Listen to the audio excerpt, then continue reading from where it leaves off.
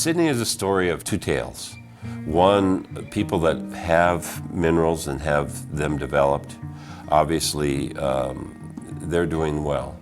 And then there's the story of the little old lady on the corner on fixed income who's watched her town just disappear overnight. So, you know, there's two sides to this. And obviously, as mayor, we've tried in my administration, we've tried to navigate between the two and tried to make the best out of both.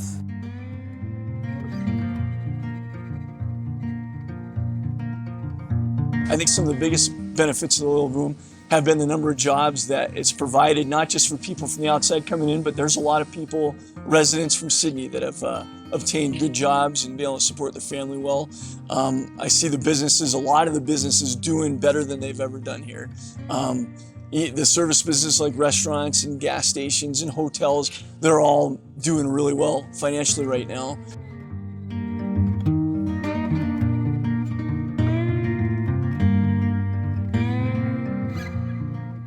I did have a student that graduated about 3 years ago that was disciplined. He worked hard for 2 years and now he's going to a 4-year college and he's paying as he goes in cash because he made enough money that he doesn't have to take any student loans. So in some ways I think it's been really good. And then other ways I think there's students that would have excelled or done well in college that are working in the oil field. So it's kind of a two-edged sword.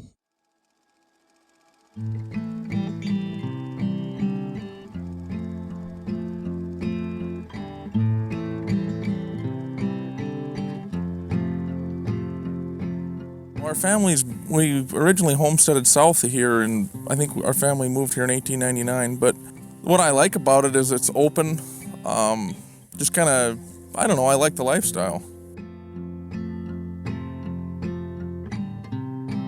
I used to be able to walk out the back door here, and I could walk all the way to the river, which is 6 miles away, and not see anything but fences and cattle and deer and coyotes, basically is what it was.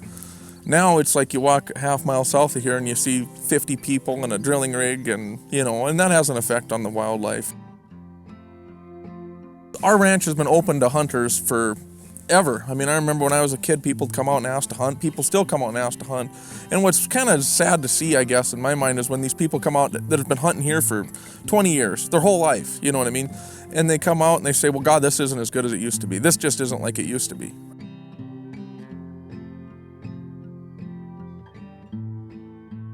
The lattice work of all these roads and networks of pipelines and bared up patches of ground, and I just don't see that fitting into the, you know, into an environment that's viable for wildlife for sure, and I don't know if it can ever truly be properly reclaimed.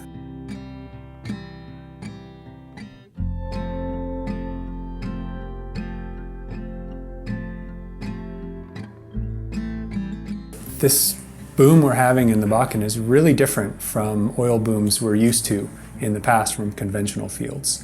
The wells drilled in the Bakken are less productive and more costly on average than what we've seen before, and it means we're going to drill a lot more wells in that region to extract a similar amount of oil. The drilling intensity has a couple of different outcomes. One is that there's a lot more jobs, and they're probably going to last a lot longer for people who are working in the oil and gas industry. But particularly in a rural area like western North Dakota and eastern Montana, where there isn't a lot of infrastructure in place to deal with the industrial impacts and the population growth associated with that, we're seeing real big shortages in housing, impact on infrastructure like schools and roads, and it's really difficult for places like that to keep up.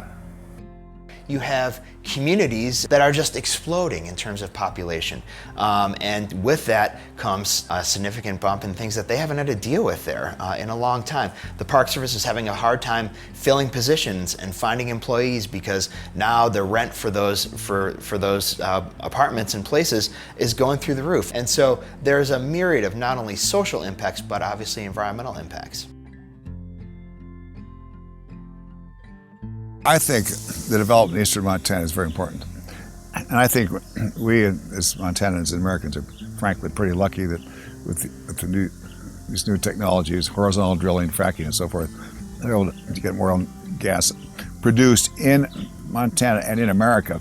On the other hand, there are a lot of adverse impacts because this is developing so quickly in the Bakken and eastern Montana. It puts immense pressure on schools, on roads, on law enforcement, on drinking water, sewage systems, etc. The first thing I have to point out is that, I signed a lease. Now, I was looking at, historically, the impacts of oil and gas wells weren't as terrific as they are with this boom. This is unlike anything we'd ever seen before. I've asked myself 100 times, if I had it to do over again, would I sign that lease that allows things in? And I can't honestly answer it because I think that they could essentially have gotten their way anyhow.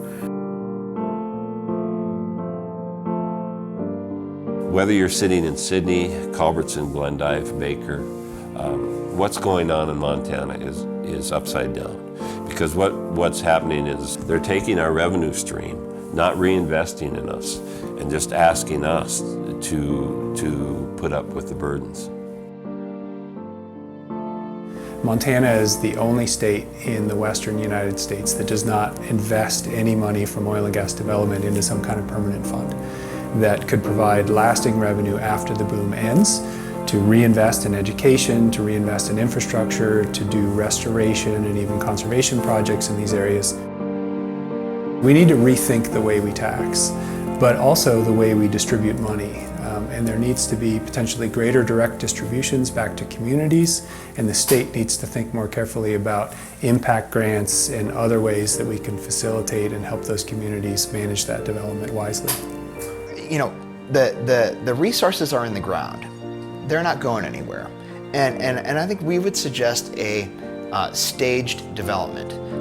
Make sure that the towns and the roads and the infrastructure can keep up with this rapid development. We need to be able to take a breath and figure out not only how we're going to be able to deal with the large influxes of workers and everything that comes with that, but also where we may or may not want development.